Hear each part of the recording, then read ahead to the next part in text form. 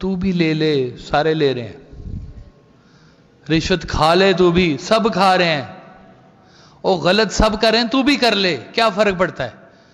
وہاں پہ عشق آپ کو آ کے بچاتا ہے. انہوں نے کہا نہیں یہی تو نہیں کرنا. دودھ میں ایک قطرہ دودھ سارے دودھ کو خراب کر دیتا ہے. اولیاء اللہ جتنے گزرے ہیں ان لوگوں نے سب سے زیادہ کہتے ہیں کہ 80% روحانیت جو ہے نا وہ اس کا تعلق آپ کے معدے کے ساتھ ہے. کیا حلال کھانا ہے، کیا حلال نہیں ہے جو نہیں کھانا.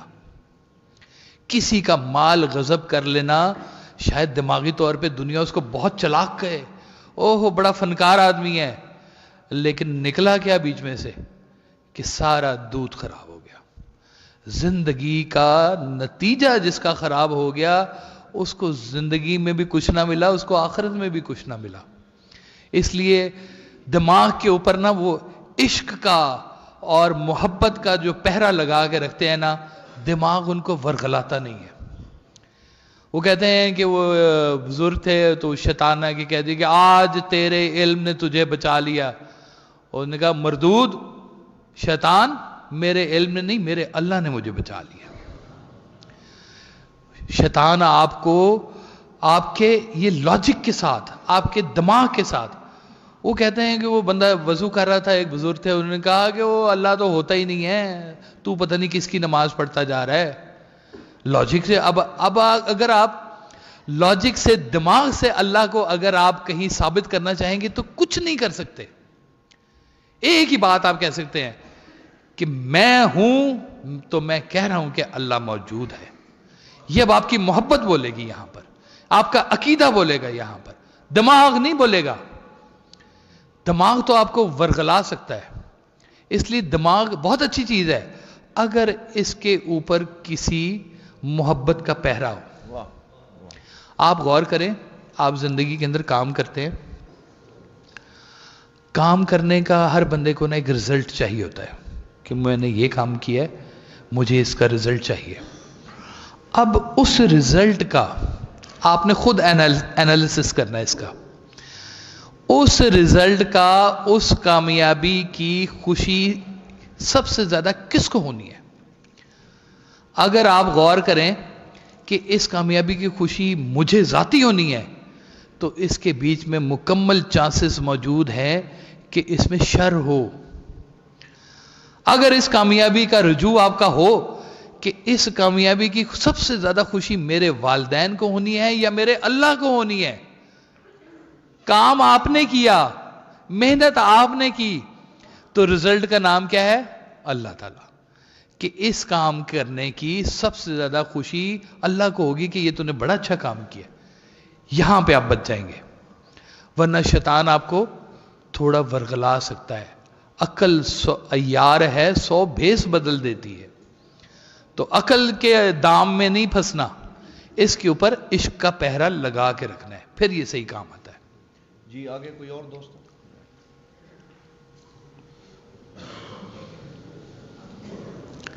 جیسا کہ کہا جاتا ہے کہ تصوف ایک سمندر ہے، تو مبتدی اس سمندر میں بہت زیادہ ہونے کے لیے اس سے تباہ بھی ہو سکتا ہے. تو کس نہر کا سہارا لینا چاہیے؟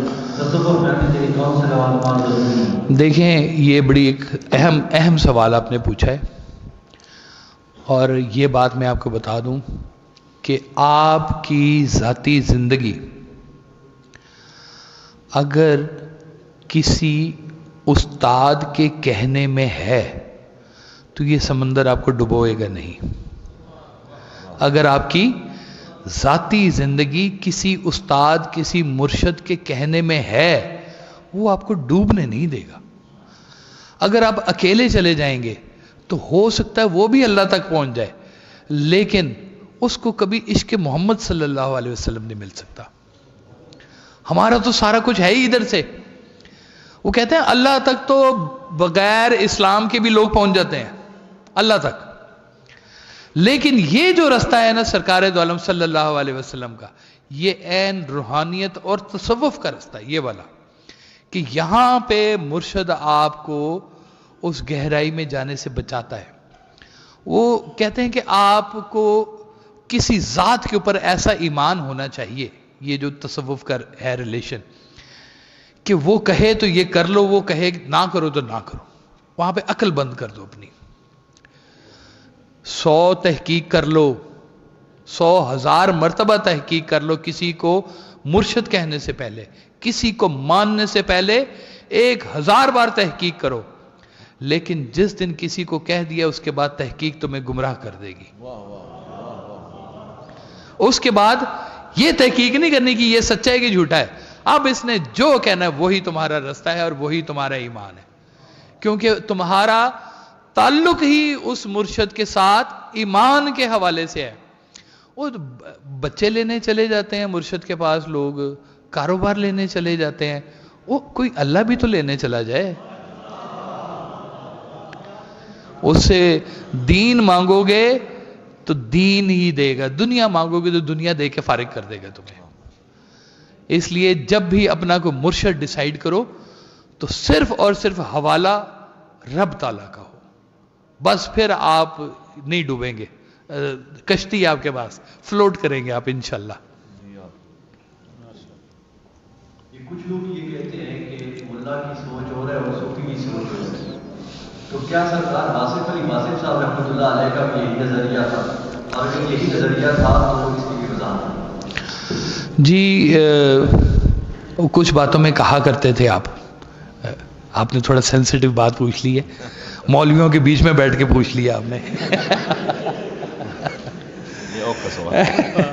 تو وہ کہا کرتے تھے کہ اب دیکھیں اس میں نہ کوئی کنٹرڈکشن نہیں ہے، لیکن ایک سوچ کا انداز ہوتا ہے.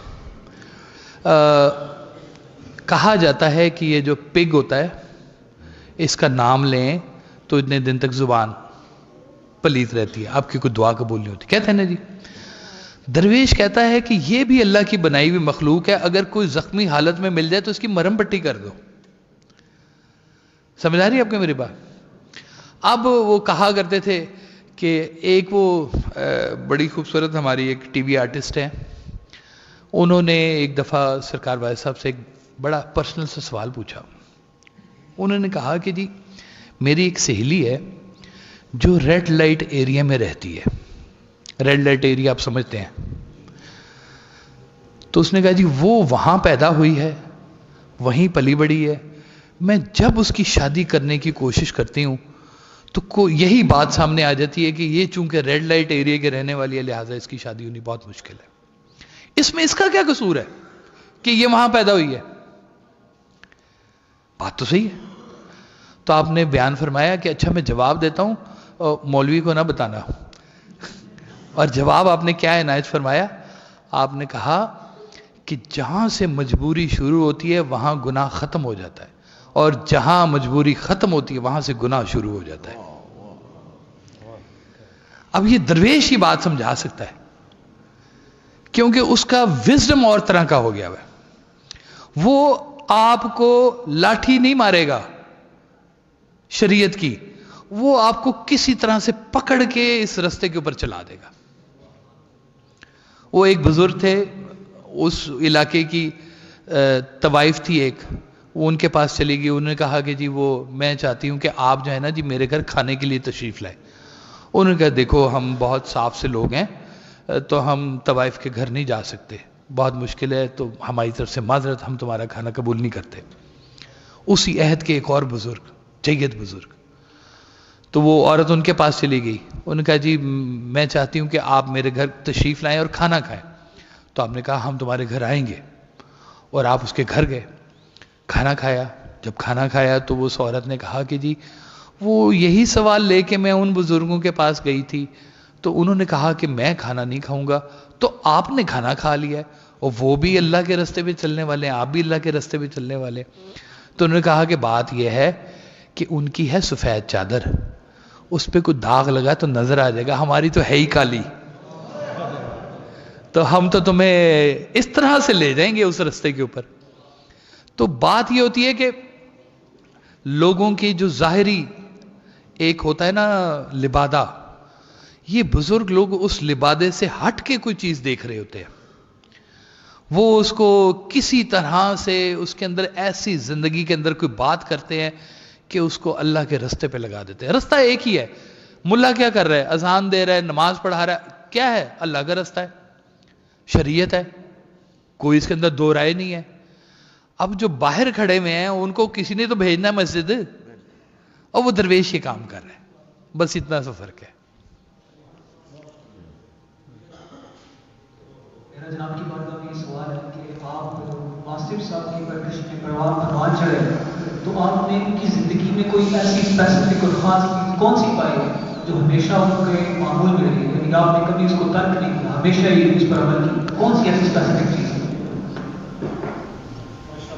آپ کی تو خیر ہر بات ہی بہت قیمتی ہے، ہر انداز ہی بہت قیمتی ہے، اور میں اگر ایک چیز پہ فوکس کروں نا، ایک چیز پہ، تو وہ آپ کا یہ جملہ ہے کہ معاف کر دو تاکہ تم معاف کر دیے جاؤ۔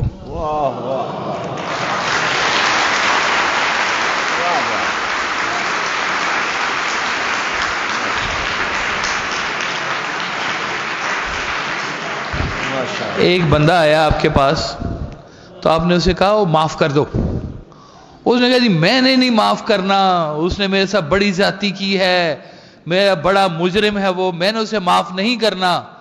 آپ نے کہا چلے انہوں نہیں معاف کرنا، اپنے آپ نو معاف کرنا ہے، اپنے آپ کو معاف کرنا ہے۔ تم دیکھو جو معاف نہیں کر رہے ہیں اپنے دل میں کتنی قدورتیں لیے بیٹھے ہیں، کتنی نیگیٹیوٹی ان کے دل کے اندر جمع ہے، بدلے کی خواہش ان کے اندر جمع ہوئی بھی ہے۔ وہ جس کے اندر شیطان پہلے سے گھسا پڑا ہوا ہے، اس کو رستہ رحمان کا کیسے ملے گا؟ اس لیے اگر رحمان کے رستے پہ چلنا ہے تو اس لیے بھی معاف کر دو کہ یا اللہ میں بھی بڑا گنہگار ہوں، تو مجھے معاف فرما دے، میں تیری مخلوق کو معاف فرماتا ہوں۔ تو یہ ان کی بیسک تعلیم اگر میں کہوں تو یہ ہے کہ معاف کر دو تاکہ تم بھی معاف کر دیے جاؤ۔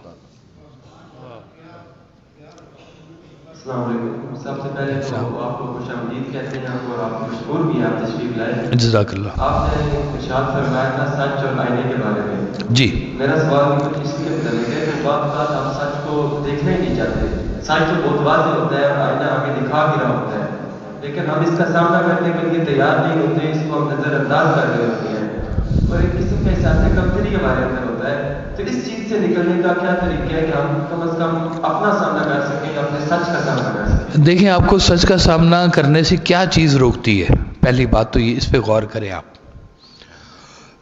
آپ کو سچ کا سامنا کرنے سے روکتی ہے آپ کی مجبوری۔ کیا روکتی ہے؟ مجبوری، کہ سچ تو ہے لیکن دنیا میں بھی تو رہنا ہے، یہ بھی تو کرنا ہے اور وہ بھی تو کرنا ہے، اس کی نظر میں اچھا بننا ہے، اس کے ہاں ایسے کرنا ہے۔ آپ ایک دفعہ مجبوری کو نو کہیں گے، آئندہ آپ کے رستے میں نہیں کھڑی ہوگی کبھی۔ ایک دفعہ مجبوری آئے سامنے، اس کو shut up and get out, او لو، اس کی مجال نہیں ہے دوبارہ آ جائے آپ کے سامنے۔ آپ نے مجبوریوں کو نو کہنا ہے، آئینہ آپ کے ساتھ ہمیشہ سچ چیر بولے گا، بے فکر ہو جائے۔ جزاک اللہ۔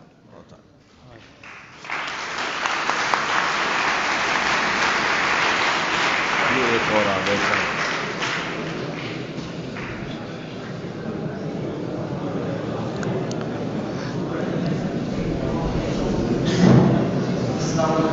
جی وعلیکم السلام۔ جی جیسے کہ بہت سے مصطفیٰ میں یہ لکھا ہوا ہے اور امام غزالی علیہ السلام نے بھی بہت سے لکھا ہے کہ انسان کو مختلف صفات پائی جاتی ہے، حیوان کی بھی پائی جاتی ہیں، انسانوں کی بھی پائی جاتی ہیں، ملائکہ کی بھی پائی جاتی ہیں، شیطان کی بھی پائی جاتی ہیں۔ تو ان سارے صفات کو بروئے کار لا کر انسان ملائکہ کی صفات پر کیسے عمل کر کے اللہ اور اللہ کی حبیب کی رضا حاصل کر سکتے ہیں؟ دیکھیں یہی تو ہم ساری آپ کو بات بتا رہے ہیں کہ 14 طبق دلے دے اندر تمبو وانگن تانگے ہو، وچے ہی بیڑے وچے ہی چیڑے وچے ہی ونج مہانے ہو، ہے نا جی۔ سلطان العارفین نے یہ بات بتائی ہے، اس نے کہا ہے یہ جو آپ کے ہوتے ہیں نا 14 طبق، آپ نے کبھی محاورہ سنا ہے کسی کے 14 طبق روشن ہو جائے ہیں؟ سنا ہے؟ یہ 14 طبق کیا ہوتے ہیں؟ یہ یوں سمجھ لیں کہ انسان کی اندر، یہ اندر کی کہانی ہے ساری، باہر کی نہیں، اندر کی کہانی ہے۔ انسان کے اندر 7 زمینی صفات ہیں اور 7 اس کے اندر آفاقی صفات ہیں۔ 7 زمینی صفات کون سی ہیں؟ آپ سن رہے بات؟ 7 زمینی صفات سن لیں. زمینی صفات میں ہے آپ کے اندر غصہ، آپ کے اندر حسد، آپ کے اندر تکبر، آپ کے اندر شہوت، آپ کے اندر انا، آپ کے اندر حرص و ہوا. یہ 7 آپ کے اندر کیڑے موجود ہیں پہلے سے. اور 7 آپ کے اندر قیمتی آفاقی چیزیں کون سی ہیں؟ وہ ہے محبت، اور وہ ہے حیا، وہ ہے صبر، وہ ہے شکر، اور وہ ہے قناعت. یہ آپ کے اندر آفاقی صفات ہے. آپ جتنا دنیا میں الجھتے جائیں گے نا، آپ کی جو زمینی صفات ہیں، یہ جو کیڑے ہیں آپ کے، یہ آپ کو اندر سے قابو کرنا شروع کر دیں گے، اور آپ کی آسمانی صفات کمزور ہونا شروع ہو جائیں گی. ایک بندہ اگر سخاوت کرنے والا ہے، جو سخاوت کرنے والا ہے، اس کے اندر لالچ نہیں آئے گا. اب آپ دیکھیں آپ کی کون سی صفت بڑی ہو رہی ہے اور کون سی کم ہو رہی ہے. یہ آپ نے خود اپنا معائنہ کرنا ہے. آپ اپنے ڈاکٹر خود ہیں. غور کریں، کیا آپ کے اندر یہ آفاقی جو صفات ہیں یہ زیادہ بڑی ہو رہی ہیں، یہ زمینی صفات ہیں یہ زیادہ بڑی ہو رہی ہیں؟ تو یہ زمینی صفات جتنی کم ہوں گی، آپ کے اندر آفاقی اتنی بڑھنی شروع ہو جائیں گی، اور وہ آپ کے اندر پھر وہ روشنی پیدا ہونی شروع ہو جاتی ہے.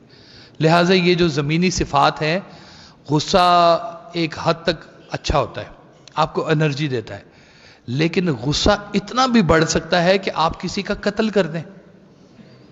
غصہ اتنا بھی بڑھ سکتا ہے کہ آپ اپنے سگے بھائی کے ساتھ لڑ پڑے. غصہ آپ کے ساتھ اتنا بھی کر سکتا ہے کہ اپنے آپ ماں باپ کے گستاخ ہو جائیں. کیا رہ گیا آپ کے پاس؟ نہ دین نہ دنیا. یہ غصے نے کیا آپ کے ساتھ. تو لہٰذا یہ جو کیڑے ہیں نا، اچھا وہ بابا بلے شاہ صاحب بڑا خوبصورت اس کے اوپر کہتے تھے کہ کہتے ہیں یہ جو آپ کا دل ہے نا، دل یہ ہے مٹی کا چولہا. یہاں تو مٹی کے چولہوں سے آپ لوگ واقف ہوں گے نا، کہ مٹی کے چولہے آگ لگاتے ہیں، تھاپیاں لگاتے ہیں، کچھ کرتے ہیں، چولہے بنے ہوئے یہاں پر. کیا کہتے ہیں جی؟ چلیانی. جی ٹھیک ہے جی، وہ بھی اچھا لفظ ہے جی. تو وہ جو مٹی کا چولہا ہے نا جی، کہتے ہیں اگر اس کے بیچ میں عشق کی آگ جل رہی ہو نا، تو آگ اگر ٹھنڈی بھی ہو تو کوئی کیڑا اس کے پاس نہیں جاتا ہے. وہ کہتا ہے کہ آگ بند بھی ہے تب بھی حدت ضرور ہوگی اس میں. وہ جس میں آگ عشق کی جل رہی ہوتی نا، اس کو یہ دنیاوی کیڑے کچھ نہیں کہتے. بس یہ آپ غور کریں.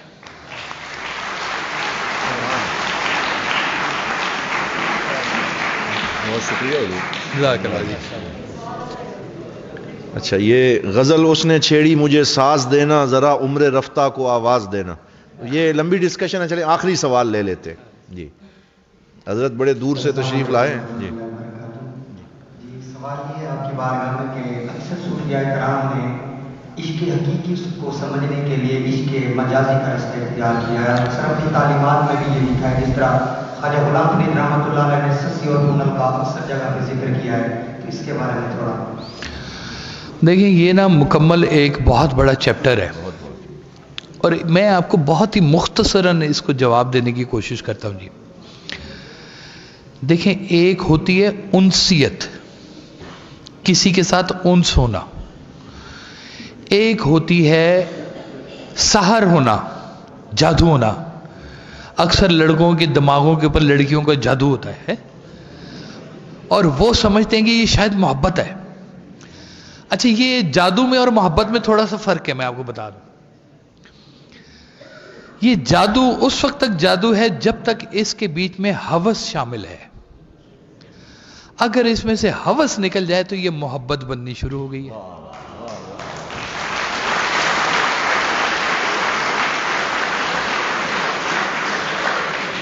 اور کہتے ہیں کہ اگر رقیب آپ کو حبیب لگنا شروع ہو جائے تو یہ تو عشق شروع ہو گیا.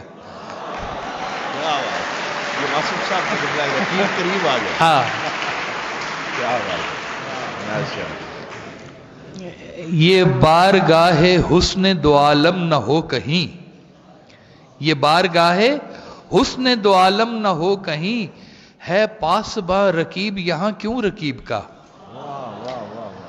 تو یہ بات سمجھیں کہ جب وہ کہتے ہیں اللہ تعالیٰ کسی کو بہت ایمرجنسی اگر اپنے پاس اپنے قریب کرنا چاہ رہا ہوتا ہے نا تو اس کو فٹافٹ عشق کے مجاز میں سے گزارتا ہے, اس کا دل توڑتا ہے اور پھر اپنے ساتھ جوڑ لیتا ہے.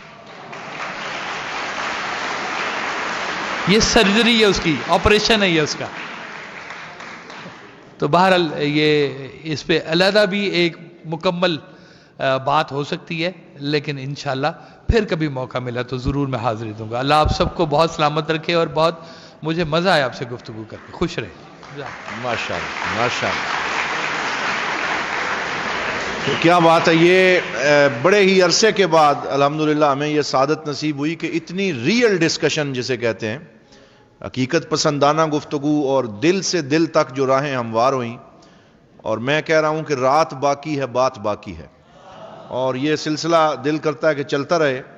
تو ہم گزارش کریں گے حضور قبلہ صاحبزادہ کاشف صاحب سے کہ یہ محبتوں کے سلسلے جاری رہیں, اور پھر بھی یہ سیشن اسی طرح ہوں, آپ پھر تشریف لائیں. اور بہت طلباء نے, ہم سب نے, اساتذہ نے بہت استفادہ کیا آپ کے افکار سے.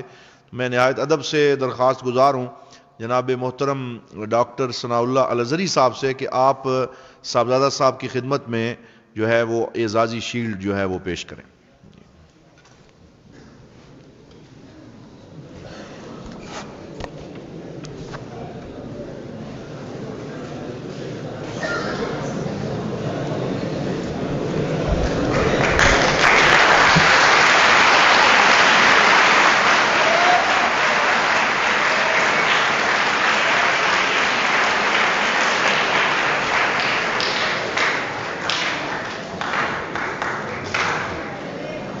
سارے طلباء ابھی تشریف رکھیں, بس آخری لمحات ہیں.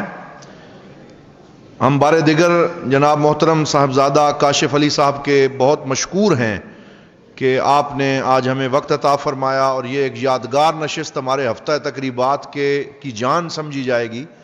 اور کل کا تھوڑا سا بس ایک اعلان کہ صبح ہمارا مباحثہ ہے, ڈیبیٹ ہے, اور صبح پیرالل 3 سیشن ہے.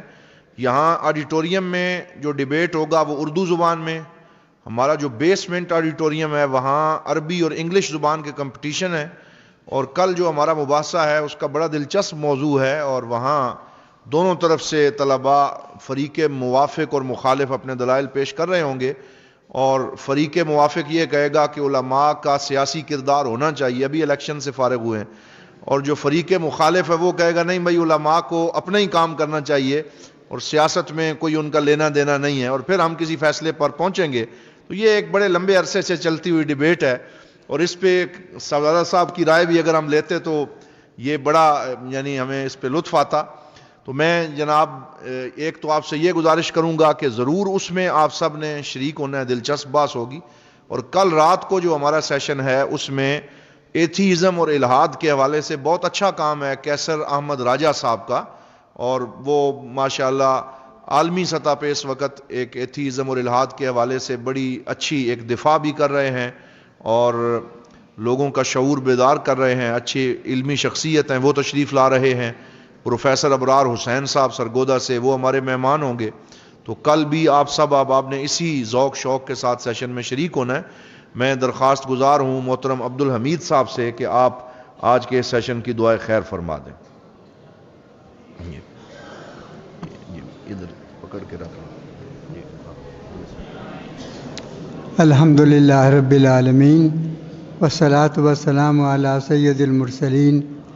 رب کریم تیرے لطف و کرم کے ساتھ یہ محفل سجائی گئی, اس محفل کو اپنے حضور قبول فرما. جو یہاں پہ بیان دیا گیا برکت بڑا پرخلوص, اس کو اپنے سب کے لیے عمل کرنے کی توفیق عطا فرما. العالمین اس ساری کاوش کو اپنے حضور قبول فرما.